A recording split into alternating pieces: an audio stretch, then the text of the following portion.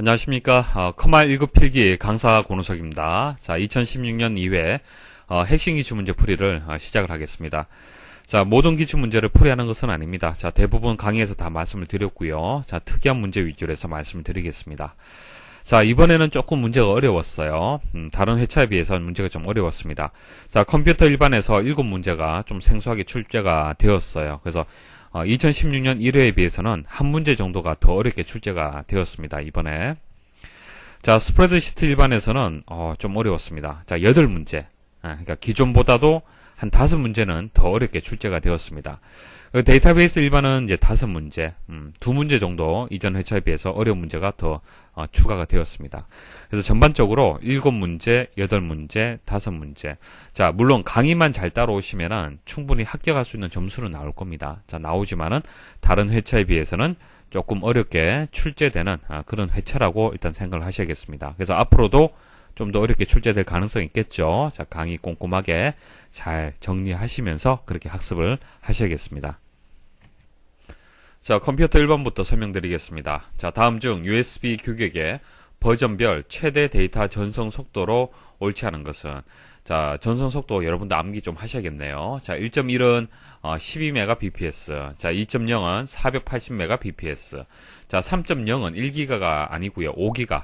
자, 그리고 3.1은 10기가 맞습니다. 자, 그래서 3번이 정답이 되고, 여기서 이 bps라는 것은 비트 퍼 세컨드를 뜻하는 거고요. 비트를 의미를 하는 겁니다. 이때 b가. 그래서 우리가 전송 속도라고 얘기를 할 때는 이제 비트가 기본 단위가 되고요. 자, 우리 용량 얘기를 할 때, 만약 10기가 바이트다 이렇게 얘기를 하잖아요. 그죠? 그래서 이때 b는 바이트가 되는 거예요. 바이트가 되고, 속도를 얘기할 때 b는 이제 비트를 의미를 하는 겁니다. 그래서 보통 이제 비트하고 바이트를 구분을 할 때는 바이트는 대문자로 보통 표시를 하고요. 비트는 소문자로 보통 이렇게 표시를 합니다. 자, 차이점 아셔야 됩니다. 자, 다음 중 컴퓨터에서 사용하는 모니터에 관한 설명으로 옳지 않은 것은? 자, 1번 모니터 해상도는 픽셀 수에 따라 결정된다. 이거 맞는 설명이고요. 2번 모니터 크기는 화면의 가로와 세로 길이를 더한 값이다. 아닙니다. 모니터의 크기는요. 자, 대각선입니다. 대각선의 길이를 의미를 하는 거예요. 그래서 2번이 정답이 되겠습니다. 자, 재생률이 높을수록 모니터의 깜빡임이 줄어든다. 맞고요. 자, 프리커 프리. 자, 프리커 프리가 적용된 모니터의 경우 눈의 피로를 줄일 수 있다. 자, 프리커라는 것은 모니터의 깜빡임 현상을 프리커라고 얘기를 하는 겁니다. 그래서 이것을 이제 제거를 하게 되면은 눈의 피로라든지 두통 등 이제 증상 없이 모니터를 오랜 시간 편하게 사용할 수 있는 겁니다. 그래서 맞는 설명이에요. 다음 중 윈도우즈 7의 윈도우즈 작업 관리자에서 실행 가능한 작업으로 옳지 않은 것은? 자, 컨트롤 시프트 ESC 키를 동시에 누르게 되면 이와 같은 창이 보여지게 될 겁니다. 응용 프로그램 탭이 있고 프로세스, 서비스, 성능, 네트워킹, 자, 사용자 이렇게 나와 있는데요. 이제 1번이 틀렸습니다. 1번은 네트워크에 연결되어 있는 경우 네트워크의 작동 상태를 확인하고 수정할 수 있다라고 되어 있는데, 자, 이게 네트워킹 탭에 대한 설명 같지만은 아닙니다. 자, 이 기능은요, 제어판에 있는 네트워크 및 공유 센터하고 관련된 설명이 되는 거예요. 그래서 1번은 이제 정답이 이 문제에서 되는 거고요. 자, 2번에 실행 중인 응용 프로그램이나 프로세스에 대한 정보를 확인할 수 있다. 자, 이것은 프로세스 탭에 대한 설명이고요. 3번 둘 이상의 사용자가 컴퓨터에 연결되어 있는 경우 연결된 사용자 및 작업 상황을 확인하고 사용자에게 메시지를 보낼 수 있다. 자, 그것은 사용자 탭이 되겠습니다. 자, 보시면 사용자 탭에서 연결을 끊을 수도 있고요. 로그오프할 수도 있고요. 메시지를 보낼 수도 있습니다.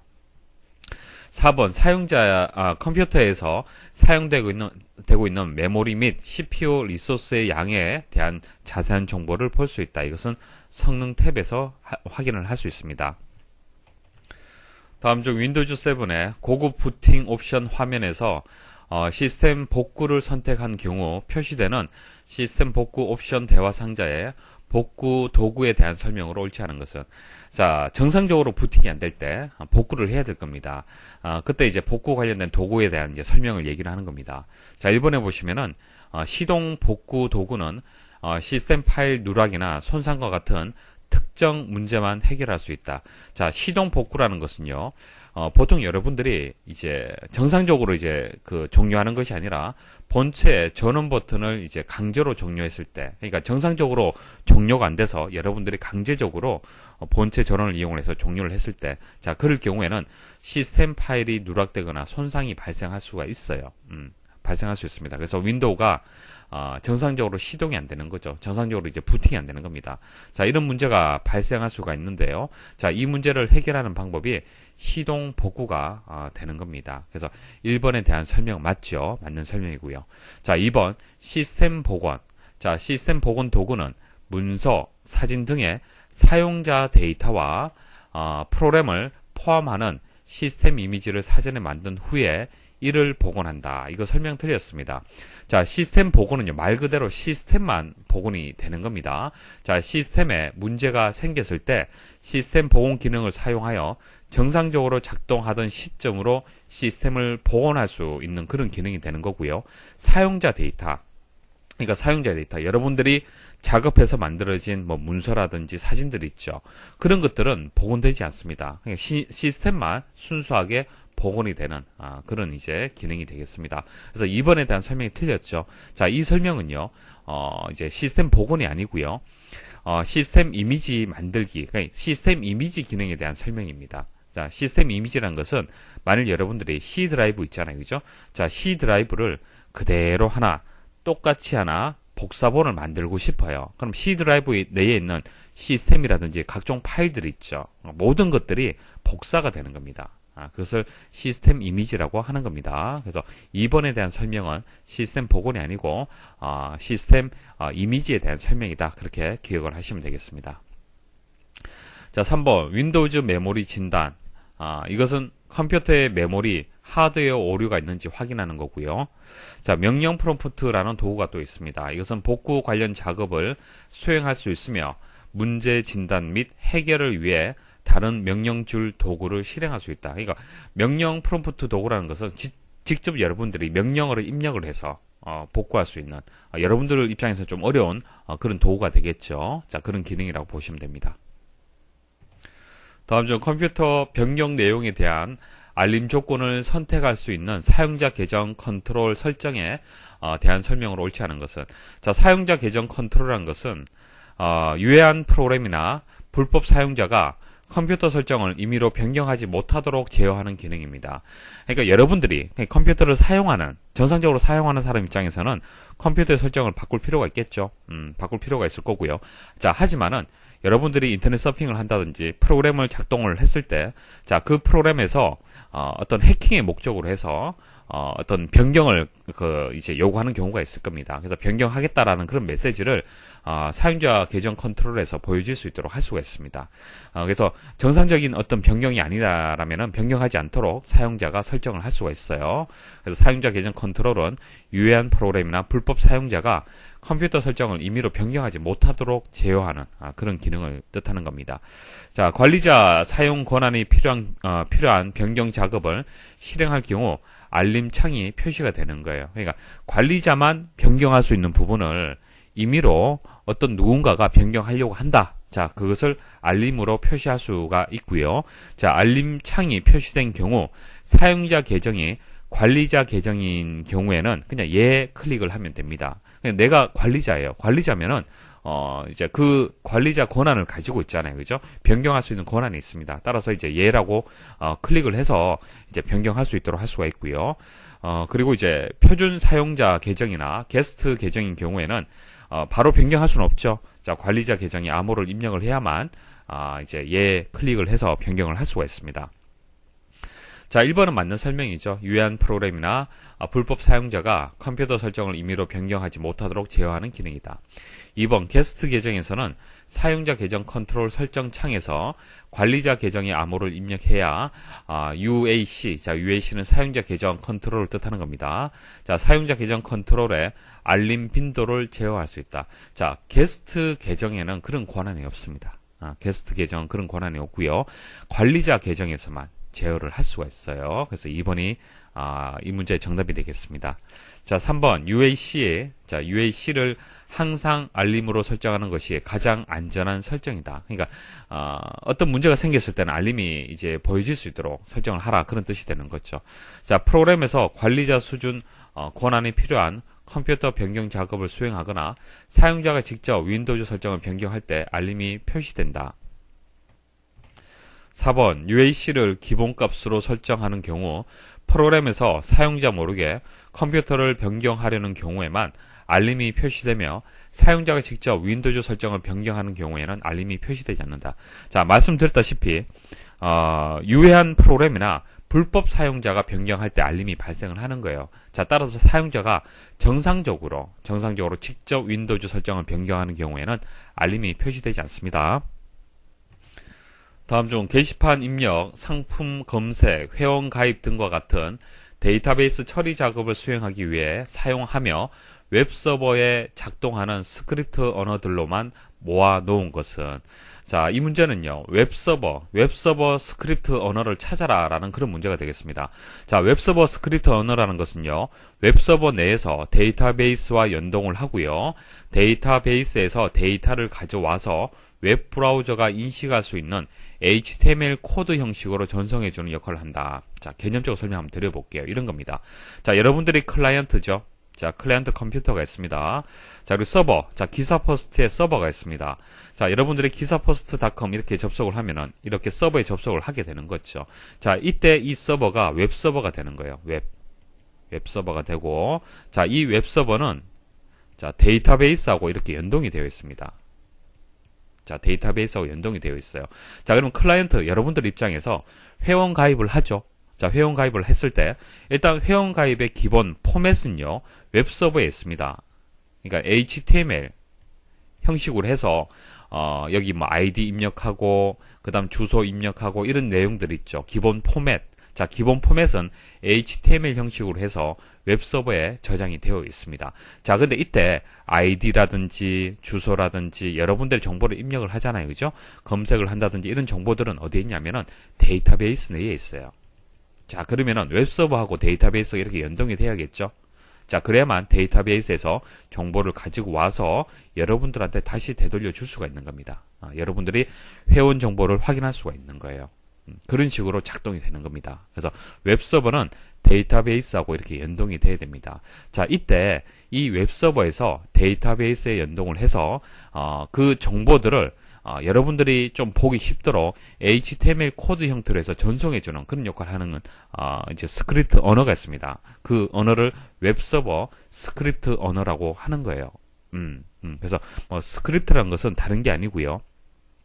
그냥 이제 데이터베이스에 있는 정보들을 여러분들이 보기 편한 HTML 형태로 해서 바꿔준다라고 그렇게 생각을 하시면 됩니다. 그래서 HTML 어떤 그 문법 내에 어떤 코드를 넣어서 어떤 처리 결과를 여러분들한테 되돌려줄 수 있는 그런 언어를 스크립트 언어라고 얘기를 하는 겁니다. 자, 그 정도 개념만 여러분들 아시면 될 것 같아요. 그래서 그 이제 프로그램이 대표적인 것이 ASP, JSP 이런 것들입니다. 여기서 S가 서버를 뜻하는 거예요. 서버. 그리고 가장 많이 사용하고 있는 PHP라는 것도 있습니다.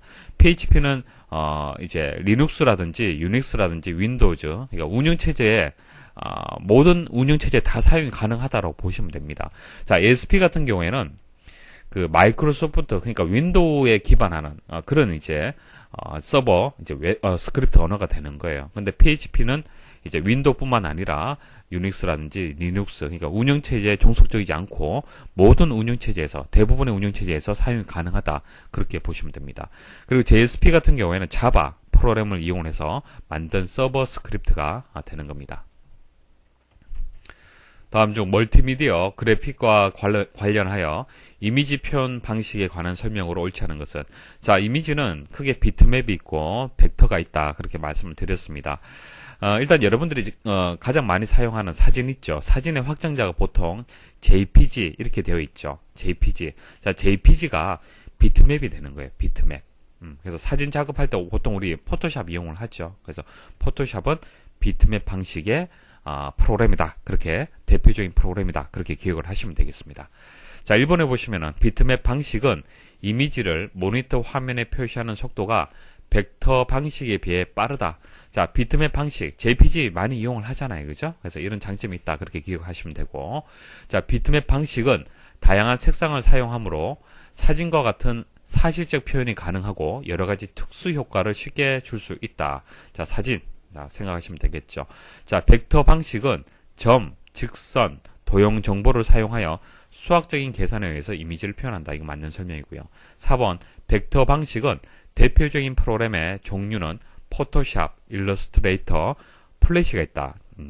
이거 설명 틀렸죠. 자, 정리를 해드리면요. 자, 비트맵은요, 금방 말씀드렸다시피 포토샵 일단 들어가고요.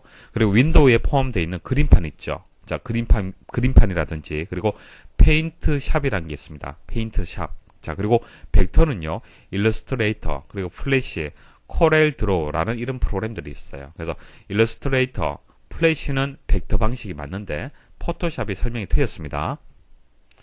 자, 스프레드시트 일반 문제 보도록 하겠습니다. 다음 중 피벗 테이블과 피벗 차트에 대한 설명으로 옳지 않은 것은 1번에 새 워크시트에 피벗 테이블을 생성하면 보고서 필터의 위치는 A 첫 번째, 자, 행 레이블은 A 세 번째 셀에서 시작이 된다 이렇게 나왔는데요. 자, 한번 보도록 하겠습니다. 자, 보고서 필터는 이제 A 첫 번째가 맞고요. 그 다음에 이제 행 레이블이 이제 A 네 번째라고 볼 수가 있는데, 자, 시작되는 것은 여기서부터 시작이 되는 거예요. 여기서부터 이렇게 시작이 되는 겁니다. 자, 따라서 A 세 번째 셀이라는 설명이 틀리진 않습니다. 그래서 A 세 번째 셀에서 시작된다라는 설명이 맞습니다. 자, 2번 피벗 테이블과 연결된 피벗 차트가 있는 경우 피벗 테이블에서 모두 지우기 명령을 사용하면 피벗 테이블과 피벗 차트의 필드, 서식 및 필터가 제거된다. 자, 보세요. 자, 이 피벗 차트를 이용을 해서 피벗 테이블을 이용을 해서 피벗 차트가 만들어진 상태입니다. 따라서 피벗 테이블이 삭제가 되면 당연히 이것도 같이 삭제가 되겠죠. 그래서 선택을 하시고, 자, 여기서 지우기에서 모두 지우기 하시면은 같이 삭제가 됩니다. 3번 그 하위 데이터 집합에도 필터와 정렬을 적용하여 원하는 정보만 강조할 수 있으나 조건부 서식은 적용되지 않는다. 아닙니다. 여기 보시면은 자, 하위 데이터들이 있죠. 하위 데이터들이 있는데 이 데이터를 좀 강조하기 위해서 필터도 이용할 수도 있고요. 정렬을 이용할 수도 있고요. 그리고 조건부 서식 다 이용을 할 수가 있습니다. 자, 따라서 조건부 서식은 적용되지 않는다라는 설명이 틀렸습니다. 4번 피벗 테이블 옵션 대화 상자에서 오류 값을 빈 셀로 표시하거나 빈 셀에 원하는 값을 지정하여 표시할 수도 있다. 자, 오른쪽 버튼 클릭을 하면은 피벗 테이블 옵션이 있습니다. 자, 여기 보시면은 서식에 오류 값 표시라든지 빈 셀 표시 이 부분을 설정을 할 수 있습니다. 다음 중 자동 필터에 관한 설명으로 옳지 않은 것은 1번 날짜가 입력된 열에서 요일로 필터링 하면은 이거 틀렸습니다. 자, 요일은 이제 날짜 데이터가 있다 하더라도 요일은 표시가 안 됩니다. 자, 보세요. 자, 현재 데이터가 날짜로 되어 있죠. 자, 클릭을 해서 날짜 필터를 눌러 보시면은 여기에 요일은 없습니다. 뭐 주라든지 달이라든지 분기 이런 것들은 있는데요. 요일은 없어요. 따라서 1번이 설명 일단 틀렸습니다. 자, 2번 두 개 이상의 필드에 조건을 설정하는 경우 필드 간에는 AND 조건으로 결합되어 필터링 된다. 자, 예를 들어서 국어 90점 이상, 영어 90점 이상 이렇게 같이 동시에 필터링을 하잖아요. 그죠? 자, 필터링을 하게 되면 이것은 AND로 연결이 되는 겁니다. 오화 연산을 할 수가 없어요. 자, 오화 연산을 하려면 고급 필터에서 할 수가 있습니다. 자, 3번 열머리글에 표시되는 드롭다운 화살표에는 해당 열에서 가장 많이 나타나는 데이터 형식에 해당하는 필터 목록이 표시된다. 그러니까 여기서 이제 숫자로 되어 있잖아요. 그죠? 숫자가 많기 때문에 숫자 필터라고 이렇게 표시가 되는 거예요. 자, 또 문자일 때 또 다를 거고요. 날짜 형식일 때 또 다를 겁니다. 그래서 많은 데이터 수가 많은 그런 이 형식에 맞도록 필터 목록이 표시가 되는 거고요. 자, 4번 자동 필터를 사용하면 목록 값, 서식 또는 조건 등 세 가지 유형의 필터를 만들 수 있으며 각 셀의 범위나 표열에 대해 한 번에 한 가지 유형의 필터만 사용할 수 있다. 자, 필터하는 방법이 여러 가지가 있는데요. 자, 목록 값, 그러니까 목록의 값, 자, 직접 선택을 해서 필터링 할 수도 있고요. 자, 서식, 자, 색을 기준에서도 뭐 정렬하고 필터링 할 수 있습니다. 자, 조건을 또 줄 수도 있죠. 뭐 상위 10개라든지 이런 식으로 조건을 줄 수도 있습니다. 그래서 이렇게 뭐 세 가지 유형의 필터를 할 수가 있고요. 근데 한 번에 한 가지 유형만 필터링을 할 수가 있습니다. 그래서 만일 이렇게 이제 목록을 이제 값을 선택을 했다면은 이 선택된 결과에 따른 필터링 결과만 볼 수가 있는 거예요. 다음 중 유효성 검사를 실행하기 위해 유효성 조건으로 설정할 수 있는 제한 대상에 대한 설명으로 옳지 않은 것은, 자, 유효성 검사라는 것은 내가 이제 원하는 데이터만 입력할 수 있도록 하는 그런 설정이 되겠습니다. 그래서 데이터 유효성에 보시면은 제한 대상에 보시면은 모든 값, 정수, 소수점, 목록, 날짜, 시간, 텍스트 길이, 사용자 지정 이렇게 나와 있어요. 그래서 여기 보시면은 데이터라고 있는데 데이터는 이제 이 목록에는 없습니다. 그래서 일단 3번이 일단 정답이 되는 건데요. 자, 일단은 유효성 검사를 할 범위를 일단 설정을 합니다. 자, 범위 설정을 하고요. 데이터 유효성 검사에 들어갑니다. 검사에 들어가서 제한 대상에다가 선택을 할 수가 있어요. 선택할 수 있는데 저는 학점 A에서 F까지 학점만 입력받을 수 있도록 A에서 F까지 입력받을 수 있도록 할 겁니다. 따라서 목록이라고 선택을 했고, 자, 대문자로 해서 이렇게 A에서 F까지 이렇게 데이터를 목록을 입력을 했습니다. 그리고 확인 버튼 누르게 되면은 이제 여기에 데이터 유효성 검사가 이제 작동이 되는 거예요. 그래서 여기에다가 조금 전 목록으로 입력했던 A라는 데이터, 자, 이렇게 입력을 할 때는 문제가 없죠. B도 문제 없어요. C 관계 없습니다. 근데 1이라고 입력을 해볼게요. 문제 생기죠. 입력한 값이 잘못 되었습니다. 이렇게 메시지가 나옵니다. 이렇게 제한을 줄 수가 있는 거예요. 자, 이게 데이터 유효성 검사 이제 기능이 되겠습니다. 다음 중 외부 데이터 가져오기를 이용하여 데이터를 추출한 경우 연결 데이터에 새로 고침을 실행하는 작업에 대한 설명으로 옳지 않은 것은, 자, 외부 데이터 가져오기. 자, 현재 액세스에 있는 테이블 파일을 가지고 왔습니다. 자, 가지고 왔는데 데이터를 뭐 액세스 파일만 가져오는 것이 아니라 여러 가지 형태의 파일들을 가져올 수 있습니다. 그래서 데이터에 보시면은 외부 데이터 가져오기 보시면은 액세스, 웹, 뭐 텍스트, 뭐 기타 원본 여러 가지 있습니다.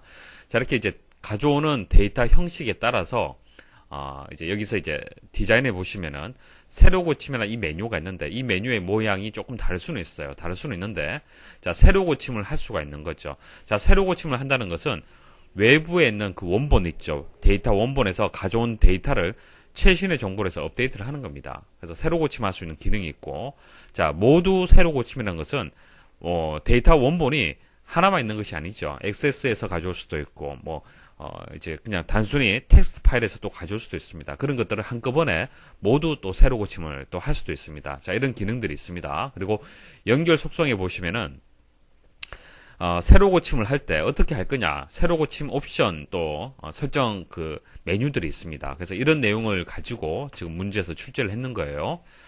자, 새로 고침 관련해서 지금 문제가 나왔고요. 한번 보기 보도록 하겠습니다.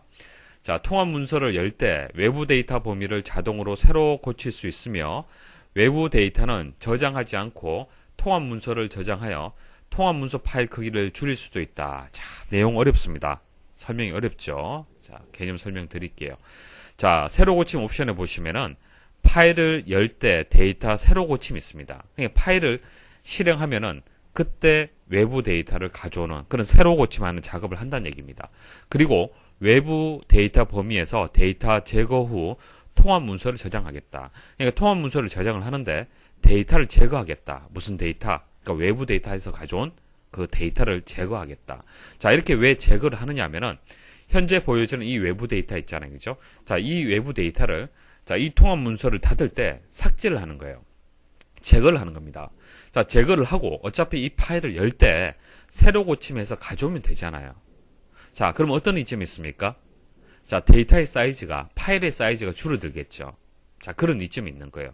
자, 따라서 저장할 때는 외부에서 가져온 이 데이터를 지워버리는 겁니다. 자, 그 기능이 되는 거예요. 자, 그래서 1번이 맞는 설명이에요. 다시 한번 읽어보도록 하겠습니다. 통합 문서를 열 때 외부 데이터 범위를 자동으로 새로 고칠 수 있으며, 자, 파일을 열 때 데이터를 새로 고칠 수가 있죠. 외부 데이터는 저장하지 않고 통합 문서를 저장을 하는 거예요. 그러니까 반대로 말씀을 드리면은 지금 저장되어 있는 이 외부 데이터를 지운다는 얘기입니다. 지워서 저장하지 않고 통합 문서를 저장하게 되면은 통합 문서 파일 크기를 줄일 수도 있다. 자, 그런 이점이 있겠죠. 그래서 1번은 맞는 설명이고요. 자, 2번 새로 고침 옵션에서 다른 작업하면서 새로 고침을 선택하여 OLAP 쿼리를 백그라운드로 실행하면 쿼리가 실행되는 동안에도 엑셀을 사용할 수 있다. 자, 어려운 용어들이 나왔습니다. 먼저 OLAP라는 쿼리가 나왔는데요.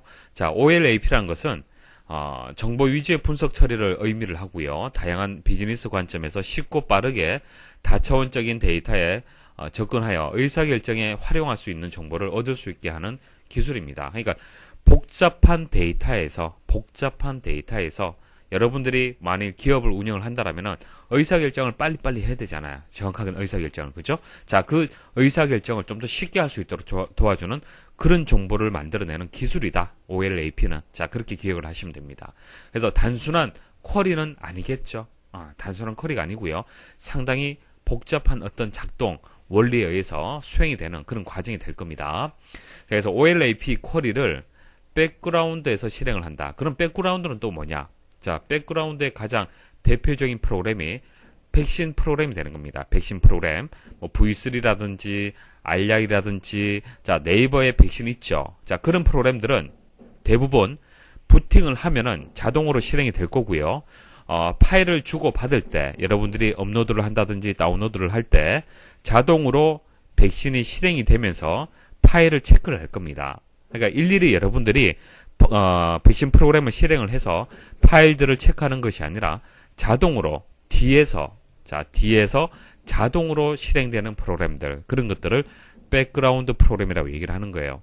자, 이렇게 백그라운드 프로그램은요, 뒤에서 여러분들이 실행되는 그 자체를 잘 인식을 못하는 경우가 있습니다. 그래서 다른 작업하는데 영향이 없어요. 그래서 백그라운드로 이제 실행을 하면서도 이제 다른 프로그램들을 사용을 할 수가 있어요. 자, 그런 이점이 있습니다. 자, 그런데 OLAP 쿼리는요, 백그라운드로 실행할 수 없습니다. 백그라운드로 실행할 수 없다는 얘기는 무슨 얘기입니까?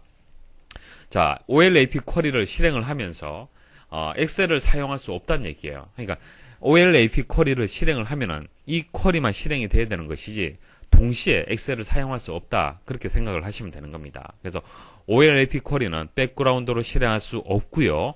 자, 일반 쿼리는 백그라운드로 실행할 수 있기 때문에 쿼리가 실행되는 동안에 엑셀을 사용할 수 있습니다. 자, 개념 차이 아시겠습니까? 그래서 2번은 이제 잘못 설명을 하고 있죠. 자, 3번 열려있는 통합 문서가 여러 개이면 각 통합 문서에서 모두 새로 고침을 클릭하여 외부 데이터를 새로 고쳐야 한다. 통합 문서가 1번, 2번, 3번, 4번 이렇게 있어요. 자, 그럴 때는 1번에 가서 모두 새로 고침, 2번에 가서도 모두 새로 고침. 자, 그런 설명이 되겠습니다. 4번 일정한 간격으로 데이터 새로 고침을 자동 수행하도록 설정할 수 있으며 수행 간격은 분 단위로 지정한다. 자, 여기 보시면은 다음 간격으로 새로 고침이 있죠. 자, 분 단위로 해서 설정을 할 수 있습니다. 다음 중 아래와 같이 통합 문서 보호를 설정한 경우 이에 대한 설명으로 옳지 않은 것은, 자, 통합 문서를 보호하는 방법이 두 가지가 있죠. 자, 구조를 보호하는 방법, 창을 보호하는 방법이 있습니다. 자, 실행 방법은 이제 검토에 가서 이렇게 실행을 하시면 되는데, 일단 구조라는 것은 통합 문서에 시트를 삭제하거나 이동하거나 숨기기 하거나 뭐 이름을 바꾼다든지 이런 것들이 구조에 해당이 되고, 자, 창과 관련된 것은 창을 이동을 한다, 창 크기를 조절한다, 새 창으로 한다, 뭐 창 나누기를 한다, 틀 고정을 한다, 이런 것들이 창에 대한 보호할 대상이 되는 겁니다. 자, 그래서 일단 구조하고 창을 일단 구분해서 판단할 수 있어야겠죠. 그래서 뭐 구조, 어떤 틀과 관련된 내용이고 창은 창과 관련된 내용이다, 그렇게 생각을 하시면 되겠습니다. 자, 1번에 보시면 워크시트의 이동, 삭제, 숨기기, 워크시트의 이름 변경 등의 기능을 실행할 수 없다. 맞는 설명이죠. 현재 구조에 지금 체크가 되어 있는 상태입니다. 자, 2번 삽입되어 있는 차트를 다른 차트로 이동시킬 수 없다라고 되어 있는데, 자, 구조하고 상관이 없죠. 자, 삽입되어 있는 차트를 다른 워크시트로 이동하는 것은 상관이 없습니다. 그래서 2번은 맞는 설명이라고 볼 수가 없죠. 자, 2번은 이동시킬 수 없다라고 했기 때문에 옳지 않는 것을 찾기 때문에 2번이 정답이 되고요. 자, 그리고 3번 잘 보십시오. 4번하고. 자, 시나리오 요약 보고서를 만들 수 없다. 이거 맞는 설명입니다. 그리고 피벗 테이블 보고서에서 데이터 영역의 셀에 대한 원본 데이터를 표시하거나 별도 워크시트에 필드 페이지를 표시할 수 없다. 그러니까 시나리오 요약 보고서라든지 피벗 테이블 보고서에서, 자, 이거 둘 다 보고서죠. 자, 이 보고서의 작업을 하려면은 통합 문서가 보호되어 있어서 변경할 수 없습니다라는 메시지가 나옵니다. 그러니까 시나리오 요약 보고서라든지 피벗 테이블 보고서는 어떤 구조를 변경하는 개념으로 인식을 한다는 얘기예요. 그래서 3번하고 4번, 자, 만들 수 없고 표시할 수 없다는 설명이 맞습니다. 다음 중 셀을 이동하거나 복사하는 과정에 대한 설명으로 옳지 않은 것은 1번 셀을 이동하거나 복사하면 수식과 결과값, 셀 서식, 메모를 포함한 셀 전체가 이동되거나 복사된다. 이거 뭐 당연한 얘기인데, 자, 선택을 했어요. 그죠? 자, 이것을 마우스로 이렇게 테두리 부분을 이렇게 마우스로 드래그를 하게 되면은 이렇게 이동이 되는 거죠. 자, 그리고 컨트롤 X 하고 컨트롤 또 V 해서 이렇게 이동을 할 수도 있고, 자, 컨트롤 C 하고 또 컨트롤 V 하게 되면 또 데이터를 이렇게 복사를 할 수가 있습니다. 2번, 선택 영역의 테두리를 클릭한 채 다른 위치로 드래그하면 해당 영역이 이동이 된다. 자, 조금 전 보여드렸고요. 자, 3번, 선택한 복사 영역에 숨겨진 행위나 열이 있는 경우 숨겨진 영역도 함께 복사된다. 자, 이거 설명 잘 들으셔야 됩니다. 보통 우리가 이렇게 컨트롤 C 하고 다른 영역에 컨트롤 V 하면 당연히 복사가 되죠. 이렇게 복사가 됩니다. 자, 근데 만일 자, 이 영역을 숨김 처리를 한번 해볼게요. 자, 숨기기 하고요. 그러니까 세 번째 행하고 일곱 번째 행을 컨트롤 C 했어요. 자, 그리고 여기다가 컨트롤 V 하면 어떻게 될까요? 자, 숨겨진 행은 복사가 안 되죠. 복사가 안 됩니다. 자, 이렇게 컨트롤 C, 컨트롤 V 하게 되면 기본적으로 복사는 되지 않습니다. 하지만은 어떻게 복사를 하냐면은 여기 붙여넣기에서 자, 값 붙여넣기라고 하게 되면은 자, 조금 전 숨겨져 있던 행들도 같이 붙여넣기가 되는 거예요. 자, 따라서 숨겨진 행이나 열이 있는 경우 숨겨진 영역도 함께 복사된다는 설명이 맞습니다. 자, 값 붙여넣기로 실행을 하면 됩니다. 자, 4번 컨트롤 X 키를 이용하여 잘라내기 한 경우 값 붙여넣기를 실행할 수 있다. 자, 여기 보시면은 컨트롤 C 하고요. 자, 여기에다가 붙여넣기에 들어가서 여러가지 붙여넣기 옵션들이 있죠. 선택할 수 있습니다. 여기서 선택을 해서 붙여넣기 할 수가 있는데요. 만일 컨트롤 X 하잖아요. 자, 컨트롤 X는 잘라내기죠. 잘라내기를 할 때는 붙여넣기에서 수식이라든지 값 붙여넣기, 테두리 없음, 뭐 바꾸기 이런 것들이 비활성화 됩니다. 자, 비활성화 되면서 값 붙여넣기는 실행을 할 수가 없습니다. 자, 그래서 4번에 컨트롤 X, 자, 잘라내기에서 값 붙여넣기를 실행할 수 있다라고 했는데 틀렸죠. 다음 중 아래 워크시트에서 수식의 결과로 부사장을 출력하지 않는 것은 자, 여기 보시면 부사장이 있네요. 자, 부사장이 출력될 수 있도록 수식을 제대로 만든 것과 만들지 못한 것을 이제 판단할 수 있어야 됩니다.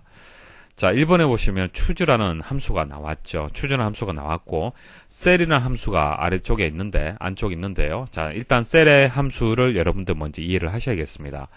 자, 셀은요, 셀의 정보를 찾게 해주는 그런 이제 함수가 되는 겁니다. 그래서 셀 해서 두 가지 인수가 들어갑니다. 정보 유형 그리고 셀 주소가 들어갑니다. 자, 예시 보시면 이해를 하실 거예요. 자, B 첫 번째 셀이죠. 자, B 첫 번째 셀이 자, 이 위치가 되겠습니다. B 첫 번째 셀에 어드레스라고 정보의 유형을 주게 되면은 어드레스 말 그대로 셀의 주소가 표시가 되는 거예요. 그래서 B 첫 번째 달러 해서 절대 주소로 이렇게 이제 변환이 되는 겁니다. 자, 그다음 B의 첫 번째 해서 COL이라고 하잖아요. 그죠? 컬럼이 들어가는 거예요. 컬럼 들어가게 되면 열을 뜻하는 거죠. 열. 그러니까 열이 어떻게 됩니까? 자, 이 열이 첫 번째, 두 번째잖아요. B열은 두 번째지 않습니까? 그래서 2가 반환이 되는 거예요.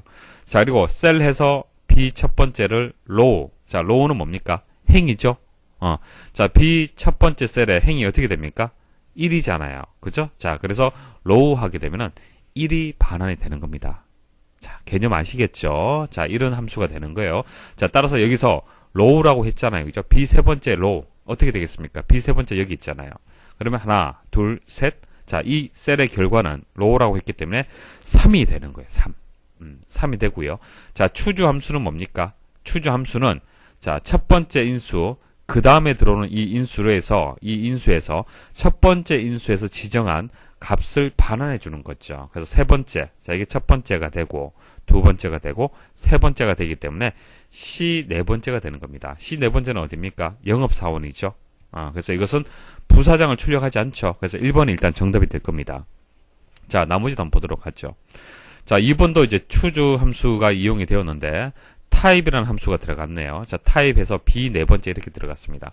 자, 타입이라는 함수는요, 인수의 데이터 형식을, 자, 타입을 숫자로 변환을 해줍니다. 숫자로. 그러니까, B 네 번째가 뭐예요? B 네 번째가 김진수라는 텍스트잖아요. 그죠?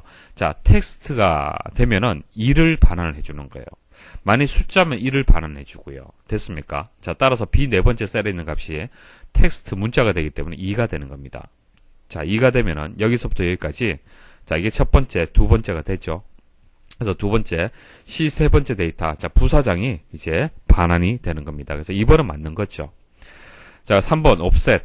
자, 옵셋은 인수가 좀 여러 개 들어갑니다. 자, 시작 위치, 행렬, 높이, 너비 이렇게 나오는데 어떻게 해석을 하냐면은, 자, A 첫 번째에서 A 여섯 번째죠. A 첫 번째에서 A 여섯 번째. 자, 이 영역에 첫 번째 셀이 기준이 되는 겁니다. 일단 이 영역이 주어졌다라면 첫 번째 셀이 일단 기준이에요. 항상 첫 번째 셀이 기준이 되고요. 자, 첫 번째 셀인 A 첫 번째 셀을 기준으로 이행 2열 떨어진 이행 2열을 이동을 해줘요. 그래서 행 하나, 둘, 두 개 행을 이동을 해주고 그 다음 열 하나, 둘 이렇게 이동을 해줘요. 됐습니까? 자, 이렇게 이동을 하고요. 그 다음 높이가 1이 되고 너비가 1이라는 얘기는 이 하나의 셀을 뜻하는 겁니다. 자, 그래서 어떻게 되겠습니까? 부사장이 반환이 되는 거예요. 됐습니까? 그래서 3번도 맞는 설명이에요. 맞는 설명이고요. 자, 그 다음 4번 한번 보도록 하겠습니다. 자, 인덱스에서 나왔는데, 자, 매치 먼저 한번 보도록 하죠. 매치. 자, A 세 번째. 자, A 세 번째 셀, 그리고 A 두 번째에서 A 여섯 번째 이렇게 나왔는데, 일단 A 두 번째에서 A 여섯 번째 셀이 이렇게 있습니다. 자, 여기서 A 세 번째 셀에 있는 값, 뭐예요? 103이죠. 102죠. 자, 102의 값을 찾는 거예요. 여기서. 상대 위치를 찾는 겁니다. 자, 그리고 옵션이 0으로 들어갔죠. 0으로 들어간다는 것은 정확하게 일치하는 값을 찾는 겁니다. 102하고. 그러면은 이게 첫 번째 상대 위치, 이게 두 번째가 되고, 이렇게 되기 때문에, 매치 함수를 이용해서 A 세 번째의 값은 이 위치에서, 두 번째 위치에 있다. 그래서 2가 반환이 되는 거예요. 2. 그래서 이게 2가 되는 겁니다. 자, 2가 되고, 자, 인덱스 A 두 번째에서, 자, D의 여섯 번째, 이 영역에서 2행 3열. 자, 2행 3열. 하나, 둘, 2행, 하나, 둘, 셋, 3열이 되죠. 그렇기 때문에 부사장이 선택이 되는 겁니다. 그래서 이것도 부사장이 반환이 되고, 그래서 1번이 정답이 되겠습니다. 다음 중 엑셀에서 지원하는 파일 형식에 대한 설명으로 옳지 않은 것은 1번, 통합 문서에 매크로나 VBA 코드가 없으면은, 그러니까 없다는 것은 일반적인 통합 문서를 얘기를 하는 거죠. 자, XLSX 파일 형식으로 저장이 된다. 이거 맞는 설명이죠. 만약 매크로가 포함이 되면 M이 되는 겁니다. XLSM이 되는 거죠. 매크로가 포함이 됐을 때 확장자가. 자, 그리고 서식 파일. 자, 서식 파일 같은 경우에는 XLTX가 되는 겁니다. 자, 이런 형식들 기억을 하셔야 되고, 그래서 1번은 맞는 설명. 자, 2번. 엑셀 2003 파일을 엑셀 2007에서 열어 작업할 경우 파일은 자동으로 엑셀 2007 형식으로 저장된다. 이거 아닙니다. 자, 이게 하위 버전이죠. 그리고 상위 버전입니다. 하위 버전에서 만든 파일을 상위 버전에서 열어서 볼 수는 있어요. 볼 수는 있는데 그 파일이 자동으로 2007 확장자 형식으로 바뀌는 것은 아닙니다. 그래서 바뀌게 하려면은 다른 이름으로 저장을 해서 엑셀 통합 문서로 변경을 해서 저장을 해야 됩니다. 그래야만 2007 파일 형태로 바뀌게 되는 거예요. 그래서 2번이 정답이 되겠네요. 자, 3번 통합 문서를 서식 파일로 사용하려면 XLTX. 자, 조금 전 설명을 드렸죠. 맞는 설명이고요. 자, 이전 버전의 엑셀에서 만든 파일을 엑셀 2007 파일에 저장하면 엑셀 2007 파일로 저장하면 새로운 엑셀 기능을 모두 사용할 수 있다. 그러니까 이전 버전이라 하더라도 조금 전처럼 다른 이름으로 저장을 해서 2007로 바꾸게 되면은 기능을 이용할 수 있다. 보시면 됩니다. 자, 데이터베이스 설명드리겠습니다. 자, 다음 중 이름이 txt 제목인 텍스트 상자 컨트롤에 매출 내역이라는 내용을 입력하는 VBA 명령으로 옳지 않은 것은, 자, 텍스트 상자가 있으면 여기에다가 매출 내역이라고 이렇게 입력을 하고 싶다는 얘기예요. 자, 가장 간단한 방법은요, 속성 필요 없습니다. 그냥 컨트롤 이름 주시고 매출 내역이라고 이렇게 주시면은 txt 제목에 매출 내역이라고 입력이 됩니다. 그래서 텍스트 상자라는 것은 가장 기본이 되는 디폴트가 되는 기능이 텍스트를 표시하는 기능이잖아요. 그죠? 텍스트를 입력받는 그런 기능이 되는 겁니다. 따라서 속성을 생략한다 하더라도 이것은 매출 내역이라는 데이터를 여기에 입력하라는 뜻이구나라고 VBA에서 해석을 한다는 얘기예요. 자, 근데 이것을 좀 더 구체적으로 하겠다. 그것은 뭐 속성을 직접 입력하셔도 되는 겁니다. 그래서 텍스트. 자, 텍스트 제목의 텍스트를 매출 내역으로 하겠다. 자, 텍스트 제목의 value, 값을 매출 내역으로 하겠다. 다 같은 뜻이에요.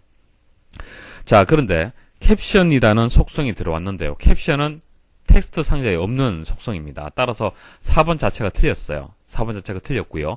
자, 캡션은 것은 보통 단축 컨트롤, 명령 단축 컨트롤에 보통 이용이 됩니다. 그래서 명령 이제 단추가 이렇게 만들어지면은, 자, 이 단추에 뭐 확인이라든지 뭐 취소라든지 자, 이렇게 표시가 되어 있어야겠죠. 자, 그때 사용되는 사용되는 속성이 캡션이 되는 거예요. 그래서 cmd 실행 캡션 해서 매출 내역 하게 되면 매출 내역이 이렇게 표시가 그냥 되는 겁니다. 다음 중 폼에서 컨트롤 속성에 대한 설명으로 옳지 않은 것은 1번 우편 번호를 검색할 수 있는 폼에서 텍스트 상자에 사용자가 검색어를 입력하고 엔터키를 누를 때 검색이 일어나게 하는 이벤트 속성은 on data change다. 자, 이게 틀렸습니다. on data change가 아니고요. 그냥 on change가 되는 거예요. 그래서 on change가 하는 역할이 뭐냐면은 텍스트 상자의 내용이나 콤보 상자의 텍스트 부분이 바뀔 때 작동하는 이벤트가 되는 겁니다. 그러니까 여기 보기에 보시면은 텍스트 상자에 사용자가 검색어를 입력하고라고 되어 있잖아요. 그죠? 자, 입력하고 엔터키를 누른다는 이 과정 자체가, 자, 이것은 내용이 바뀌는 것을 의미를 하는 거예요. 그래서 텍스트 상자에 내용을 넣고 엔터 딱 누르잖아요. 그죠? 그것은 텍스트의 내용이 바뀐다라는 의미가 있습니다. 그래서 텍스트 내용이 바뀌었을 때 작동하는 이벤트는 on change가 되는 겁니다. 자, 2번 텍스트 상자의 컨트롤 원본 속성은 tek스트 상자와 테이블의 필드를 연결하는 역할을 한다. 자, 컨트롤 원본이 그런 역할을 하는 거죠. 뭐 기본적인 내용이고요. 자, 자동 고침 사용 속성을 예로 설정한 경우에는 사용자가 잘못 입력한 영어 단어를 올바른 단어로 자동 정정한다. 자동 고침 사용 속성의 역할이 되겠습니다. 콤보 상자의 바운드 열. 자, 바운드 열 속성은 콤보 상자에 표시되는 열 중에서 컨트롤 원본 속성에 연결된 필드에 입력할 열을 지정한다. 자, 다 뭐 기본적인 내용이고요. 자, 1번이 정답이 되겠습니다. 다음 중 관계 편집 대화 상자에 대한 설명으로 옳지 않은 것은 1번 관계를 구성하는 어느 한쪽의 테이블 또는 필드 및 쿼리를 변경할 수 있다. 자, 이 관계 편집 대화 상자를 보시면은 무결성 관련해서 그리고 업데이트라든지 삭제를 또 할 수도 있습니다. 자, 2번 조인 유형을 조인 유형이 여기 있죠. 내부 조인, 그리고 왼쪽 우선 외부 조인, 오른쪽 우선 외부 조인 중에서 선택할 수 있다. 자, 조인 유형을 이제 클릭을 하면요. 1번, 2번, 3번에서 조인 속성을 선택을 할 수가 있습니다. 보통 1번을 우리가 선택을 하는데 1번은 두 테이블에 조인된 필드가 일치하는 행만 포함을 하는 거예요. 그러니까 여기에 코드가 A001이 있고 여기도 A001 이렇게 각각의 테이블에 있어야만 이게 조인된 결과로 표시가 되는 겁니다.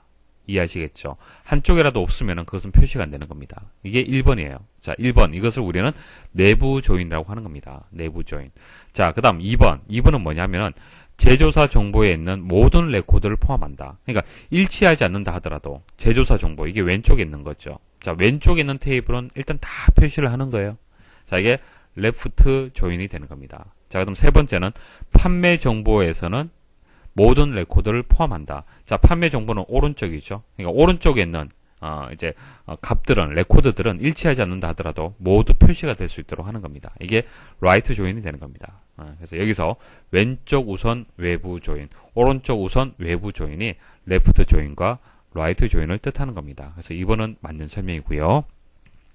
3번, 항상 참조 무결성 유지를 선택한 경우 관련 필드 모두 업데이트와 관련 레코드 모두 삭제 옵션을 선택할 수 있다. 자, 여기 나와 있죠. 자, 4번, 관계의 종류를 1대 다, 다대다, 1대1 중에서 선택할 수 있다. 자, 여기 선택할 수 있도록 되어 있습니까? 뭐 체크박스 있습니까? 아니죠.